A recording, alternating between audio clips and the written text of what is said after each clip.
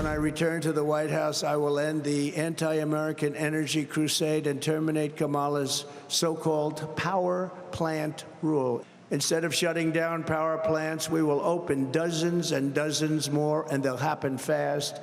Kamala stands for energy disappearance and factory obliteration. I stand for American energy independence and manufacturing dominance. And that was, of course, former President Trump speaking at a steel factory yesterday in York, Pennsylvania. He slammed Kamala Harris over fracking, flip-flopping, and says that at least 50 power plants have closed since Harris took office.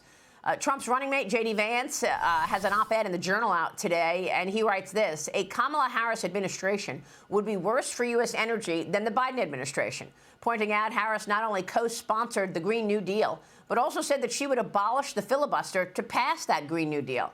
Meanwhile, the Biden-Harris administration is claiming to focus on the climate change agenda, sending about $50 million to 6 states to boost domestic and electric vehicle manufacturing.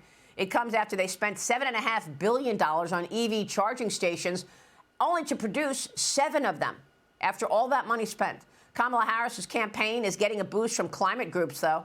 They are reportedly starting a $55 million advertising campaign, which will focus on the economic benefits of green energy rather than the environmental benefits, they say. Joining me now is Texas Congressman Randy Weber, a member of the House Energy and Commerce and Science and Space and Technology Committees. Congressman, it's good to see you this morning.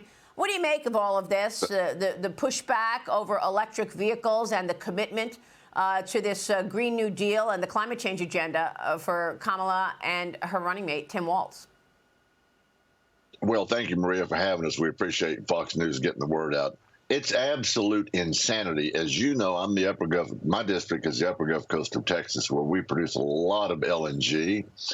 I'm watching all this craziness, whether it's the Clean Power Rule, whether it's them trying to bolster the market economy, if you will, for electric vehicles, while they're tearing down corporations. You had a great segment earlier with Ted Oakley, where he talked about corporate Lowe's, for example. You know, their projections were down, their sales were down.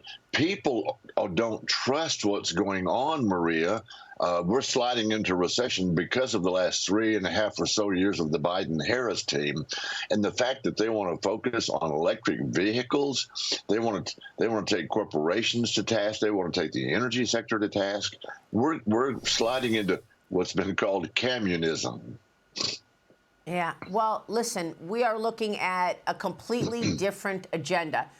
These 2 tickets. I mean, the Democrats released their 2024 border platform.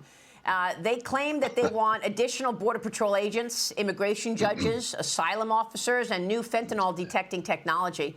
The platform is also saying that it wants new funding for sanctuary cities and states.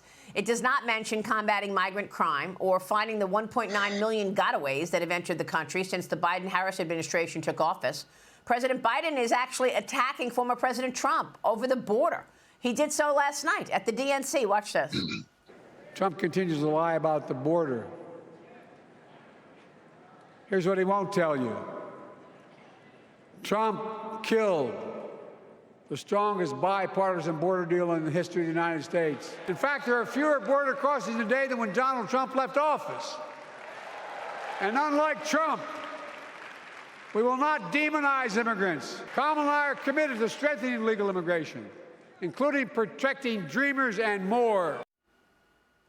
Congressman, your reaction?